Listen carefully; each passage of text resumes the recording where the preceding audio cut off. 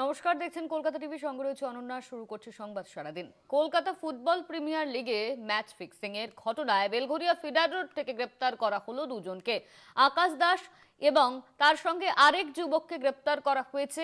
অভিযুক্ত আকাশ দাসের বাবার নাম জীবন দাস। ইতিমধ্যেই এই ঘটনায় দুজনকে গ্রেপ্তার করা হয়েছে। ম্যাচ ফিক্সিং এর ঘটনায় গ্রেপ্তার দুজন।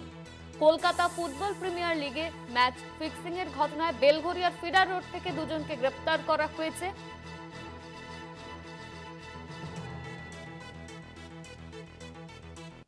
এফআইআর লজ করে আমাদের প্রাইমা ফেসাই যে এভিডেন্স ছিল ওই বেসিসে দুইজন অ্যাকিউজডকে অ্যারেস্ট করা হয়েছে গতকাল ওনাদের ব্যারাকপুর এরিয়া থেকে, বেলঘরিয়া থেকে।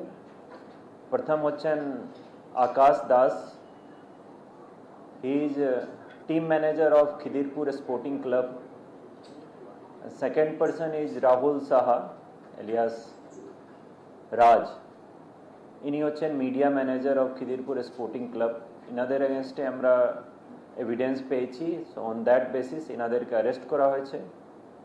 ডিউরিং ইনিশিয়াল ইন্টারোগেশন ইনারা কিছুটা যে ইনার গিল্ট আছে ওটা কনফেস করেছেন, যেটাতে কিছু অন্যান্য লোক বাকি যারা ইনভলভ আছে ওদেরও নাম পেয়েছি আমরা।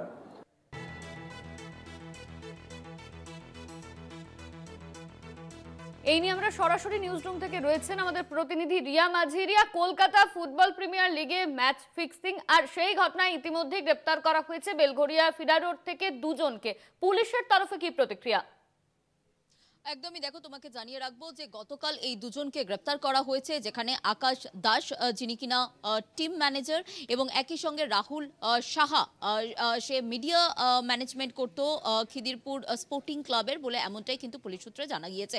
এবং তোমায় জানিয়ে রাখবো যে আইএফ এর তরফ থেকে যেমনটা দাবি করা হয়েছে যে 2023 সালে তারা রিটার্ন কমপ্লেন করে, যখন এই পুরো বিষয়টা তাদের নলেজে আসে, যেখানে জানা যায় যে স্কোর লাইন ফিক্সিং করার একটি অভিযোগ, এবং সেই অভিযোগের প্রেক্ষিতেই কিন্তু তারা রিটার্ন কমপ্লেন করে 2023 সালে।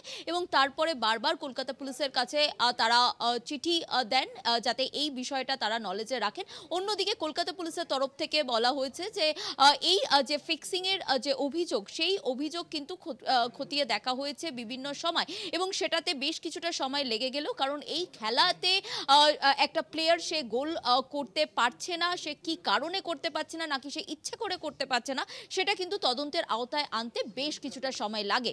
এবং সেই তদন্ত করে যেটা কলকাতা পুলিশের তরফ থেকে ইতিমধ্যেই দুজনকে গ্রেপ্তার করা হয়েছে, যেখানে বেলঘরিয়া থেকে গতকাল রাতে গ্রেপ্তার করা হয়েছে, এবং এর পেছনে আরো অনেকে রয়েছে বলে এমনটাই মনে করছে। এবং তোমাকে জানিয়ে রাখবো যে স্কোর লাইন ফিক্স করে এই যে টাকা পয়সার লেনদেন, এই লেনদেন করা হতো এই দুজনের মাধ্যমে, এবং যে কিনা এই খিদিরপুর স্পোর্টিং ক্লাবের মিডিয়া ম্যানেজার রাহুল সাহা এবং টিম ম্যানেজার আকাশ দাস, এই দুজনকেই কিন্তু বেলঘরিয়া থেকে গ্রেপ্তার করা হয়েছে গতকালকে, এবং আজকে তাদেরকে কোর্টে প্রডিউস করা হয়েছে। 14 দিনের পুলিশি হেফাজত পেয়েছে পুলিশ, এবং এই 14 দিনে তাদেরকে লাগাতার জিজ্ঞাসা বা জেরা করা হবে বলে এমনটাই পুলিশ সূত্রে জানা যাচ্ছে। এবং এমনটাও মনে করা হচ্ছে যে শুধুমাত্র এই দুজন নয়, এর সঙ্গে একদম কোর টিম, সেখানে প্লেয়াররাও যুক্ত থাকতে পারে, সেখানে একাধিক যে ক্লাবগুলো রয়েছে সেই ক্লাবের ইন্টারনাল মেম্বাররাও এর সঙ্গে যোগসূত্র থাকতে পারে, এবং সেই পুরো বিষয়টা কিন্তু ইতিমধ্যেই খতিয়ে দেখা হচ্ছে। তবে একাধিক যে পারিপার্শ্বিক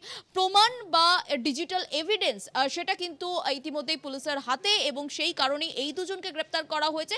এবং এদেরকে জিজ্ঞাসাবাদ করে বা জেরা করে আরো অনেকের নাম উঠে আসবে, যাদের মধ্যে বেশ কিছু রাঘব বোয়ালও হতে পারে বলে এমনটাই মনে করছেন তদন্তকারী আধিকারিকরা। ধন্যবাদ তোমায় রিয়া। আমাদের সঙ্গে সরাসরি নিউজ রুম থেকে ছিলেন আমাদের প্রতিনিধি রিয়া মাঝি।